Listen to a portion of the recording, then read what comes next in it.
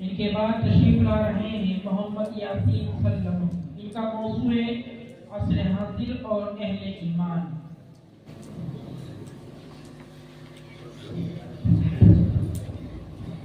الحمد لله رب العالمين، والصلاة والسلام على سيد الأنبياء والمرسلين محمد وآله وأصحابه أجمعين، أما بعد، فأعوذ بالله من الشيطان الرجيم، بسم الله الرحمن الرحيم، إن تنصروا الله ينصركم ويثبت أقدامكم، وقال الله في موضع آخر: ولا تهنوا ولا تحزنوا وأنتم الأعلون إن كنتم مؤمنين، صدق الله العظيم۔ جب گلستاخوں کی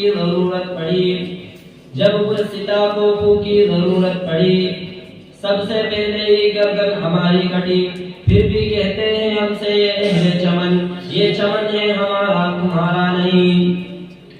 ملت اسلامیہ کے پاسبانوں، آج میں آپ حضرات کے سامنے ہندوستان پر ہونے والے سیاسی ظلم و ستم اور دین اسلام کو جڑ سے ختم کرنے کی نہایت ہی گھناؤنی اور ناپاک سازشوں اور کوششوں کے موضوع پر کچھ عرض کرنا چاہتا ہوں۔ امید ہے کہ غور سماعت فرمائیں گے۔ وہ ہندوستان جس کی حریت کے باغ کو مسلمانوں نے اپنے خون جگر سے سینچا تھا، وہ ہندوستان جس کی آزادی کے خاطر بحرنا آشنائے ساحل میں کود پڑے تھے اور موجوں سے کھیلتے ہوئے مجدار تک جا پہنچے تھے، بے پناہ قربانیوں کے ذریعے اس کو پروان چڑھایا تھا۔ آج اسی ہندوستان میں مسلمانوں کو طرح طرح کی اذیتیں اور تکلیفیں پہنچائی جا رہی ہیں۔ مسلمانوں کے قلوب سے دین اسلام کو ختم کرنے کی نہایت ہی گھناؤنی اور ناپاک سازش ہو رہی ہے۔ اس میں شک و شبہ نہیں کہ دنیا میں حق و باطل کا تصادم روز ازلی سے جاری ہے۔ ظالم و جابر، طاقتور، کمزور و مظلوم کی کہانیاں بہت قدیم ہے۔ حرمت انسانیت پر کئی بار بجلیاں گری ہے، باغ آدم میں کئی بار آندیاں آئی ہے، وحشت و بربریت نے بارہا انسانیت کا منہ نوچا ہے اور حیوانیت کا ننگا ناچ کیا ہے۔ اس میں یہ شک نہیں کہ ہم پر مصائب کے پہاڑ ٹوٹ رہے ہیں۔ ہم مظلوموں، بے قصور کو فرقہ پرستوں نے ظلم و ستم کا نشانہ بنایا ہے۔ ہماری ماں و بہنوں کی عزت و آبرو لوٹی جا رہی ہے۔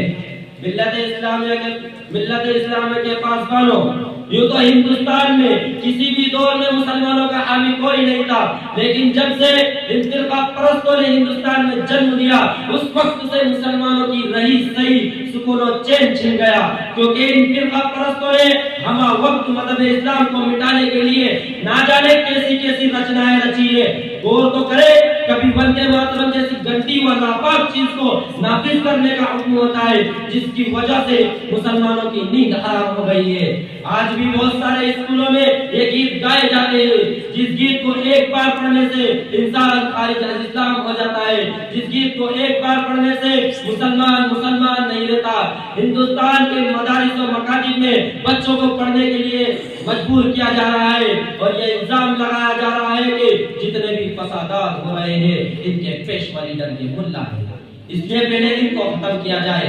اس کی آسان صورت یہ نکالی گئی ہے کہ اب مسلمانوں کے سبھی مدارس و مکاتب اور مساجد کو ختم کر دیا جائے۔ اسی وجہ سے ہماری عبادت گاہوں پر پابندی لگا دی گئی۔ اب مسلمان کسی بھی مدارس و مکاتب اور مساجد کو نہیں بنا سکتے، نہ رہے گا بانس اور نہ بجے گی بانسری۔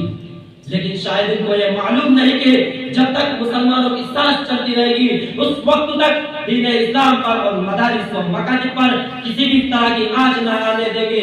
ہم تمہاری دھمکیوں سے خوف کھا سکتے نہیں، ہم تمہاری دھمکیوں سے خوف کھا سکتے نہیں، ظلم کے آگے ہم اپنا سر جھکا سکتے نہیں۔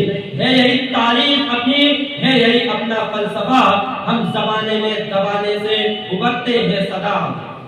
عزیزان گرامی، اگر وطن ہماری جان مانگے گا تو جان دیں گے، اگر وطن ہماری اولاد مانگے گا تو اولاد دیں گے، اگر وطن ہمارا مال مانگے گا تو مال دیں گے، اگر وطن ہمارا تن من دھن مانگے گا تو سب کچھ دیں گے۔ لیکن یہ نہیں ہو سکتا کہ مسلمان نبی کا جاؤ جلال دے، یہ نہیں ہو سکتا کہ مسلمان آخرت کو چھوڑ کر دنیا کو ترجیح دے۔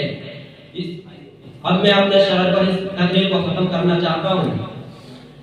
تل نہیں سکتے تھے اگر جنگ میں اڑ جاتے تھے، تل نہیں سکتے تھے اگر جنگ میں اڑ جاتے تھے،